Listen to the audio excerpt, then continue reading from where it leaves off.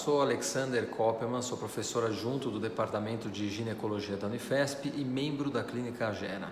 Eu vou gravar esse vídeo para trazer algumas informações que podem ajudar as mulheres com endometriose e que enfrentam um quadro de infertilidade durante essa grande crise, a pandemia pelo Covid-19.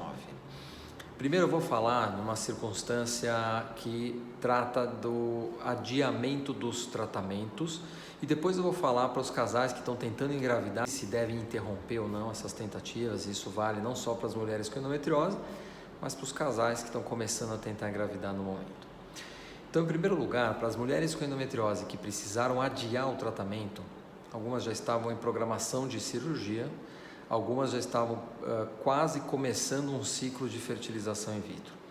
Muitas dessas pacientes têm enviado questões preocupadas, querendo saber se o adiamento do tratamento vai atrapalhar o resultado. Será que um tratamento que agora poderia dar certo, daqui a 2 ou 3 meses vai eventualmente dar errado porque eu demorei, porque o tempo passou? E essa preocupação, ela esconde duas angústias diferentes. Uma que afeta a maioria das mulheres com endometriose, que é a preocupação da doença avançar. Normalmente, em pouco tempo, lendo, buscando informações sobre endometriose, todo mundo começa a entender que ela é uma doença evolutiva. Então, sempre que se fala em atrasar um tipo de tratamento, a preocupação automática é que a doença avance. Será que daqui a 2, 3 meses minha endometriose vai estar maior, ela vai estar mais profunda, isso vai atrapalhar? Então, com relação a isso, eu queria tranquilizar, porque o crescimento da endometriose ele é muito lento.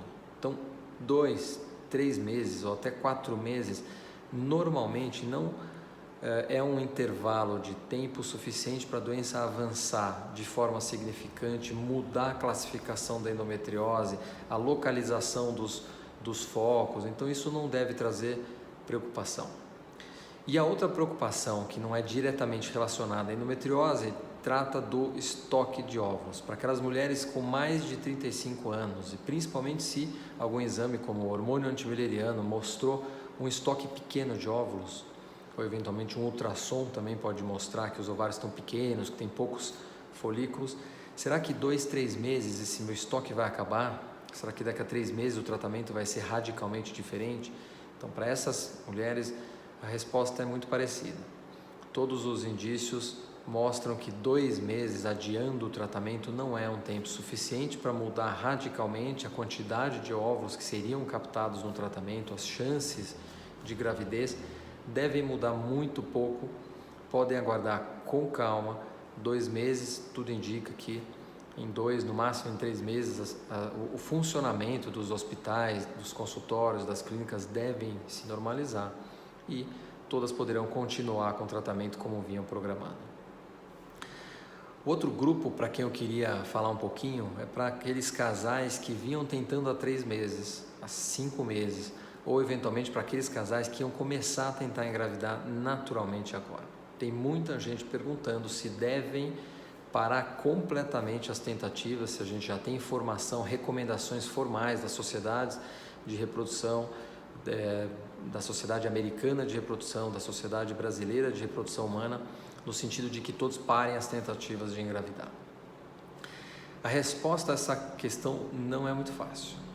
A gente, por um lado, tem informações que trazem uma certa tranquilidade. Então, em primeiro lugar, os estudos que vêm chegando mostram que a infecção pelo Covid-19 não afeta a evolução da gravidez, não aumenta o risco de parto prematuro e não afetou os bebês estudados até agora, de mulheres que adquiriram a infecção ao longo da gravidez, mulheres que estavam no meio para o final da gravidez, claro, porque a gente tem 3 meses praticamente de pandemia, então os estudos todos têm curto intervalo de duração, então as informações só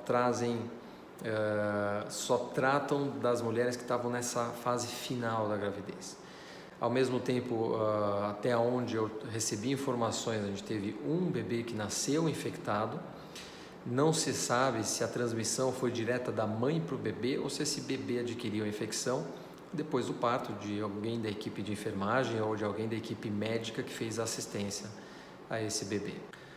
Por outro lado, existem questões muito importantes para as quais a gente ainda não tem resposta. Qual é o impacto de uma infecção nos primeiros 3 meses de gestação, momento fundamental de desenvolvimento do embrião? Será que uma infecção nessa fase pode alterar o desenvolvimento do bebê? A gente ainda não sabe. Outra questão importante, qual é o impacto de infecções mais graves na evolução da gravidez? Será que a infecção grave vai afetar o curso, aumentando a chance de nascimentos prematuros? A gente ainda não sabe. Outra informação importante que deve ser levada em consideração é de que 15% das gestações evolui para um quadro de abortamento.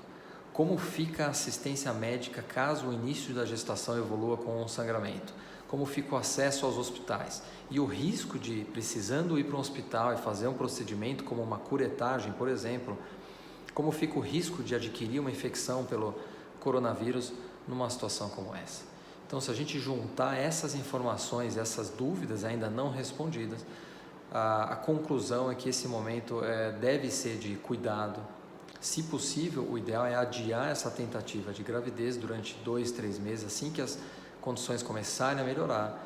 Todo mundo volta a tentar, quem está procurando o tratamento, quem já estava em programação já reagenda uma consulta, já reagenda o seu procedimento e os tratamentos devem continuar nos próximos meses. Então, para você que tem endometriose, envie suas questões, compartilhe esse vídeo com outras mulheres que têm endometriose, que nos próximos dias eu pretendo gravar novos vídeos respondendo as questões enviadas e trazendo informações conforme elas vão chegando, tanto da Sociedade Brasileira de Reprodução quanto da Sociedade Brasileira de Endometriose, e qualquer novidade relevante eu devo gravar um novo vídeo para trazer para todos. Até mais!